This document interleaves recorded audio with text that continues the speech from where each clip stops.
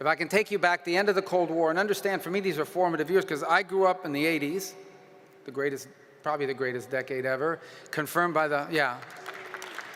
You know why I know this? Because my kids might have young, well, I say young, they're like 24, 22, 20, just turned 20, and one who's 17.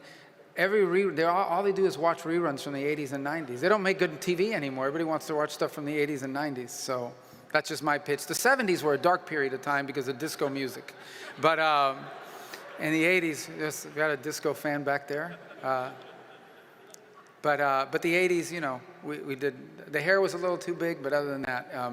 But going back, the 80s, you grew up, and I remember in 1983, now I'm aging, I just turned 54. I feel 55, but must be 1983. Do you guys remember a movie called oh gosh, what was it? It was about nuclear war. Do you remember this? It was No, War Games. That was a great movie. I'm talking about when I was on TV that scared the hell out of me. There was The Day After. Do you remember that movie, The Day After? This was traumatizing, and they had this thing on television. But basically grew up understanding that the world at any moment could end because the United States and the Soviet Union were headed for conflict and war, and that maybe we wouldn't even make it to 25 and things of this nature.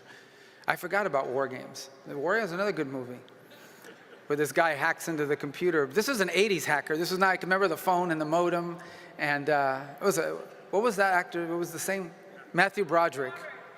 It's a great movie.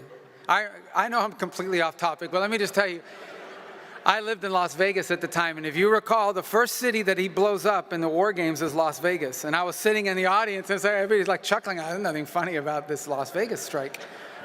In any event, so this is where we grew up. And then in 1989 and 1990, 91, it was my first years in college. And literally the entire world just transformed before my very eyes. Understand, you grow up your whole life and like the whole world is about the Soviet Union, and all of a sudden the Soviet Union no longer exists.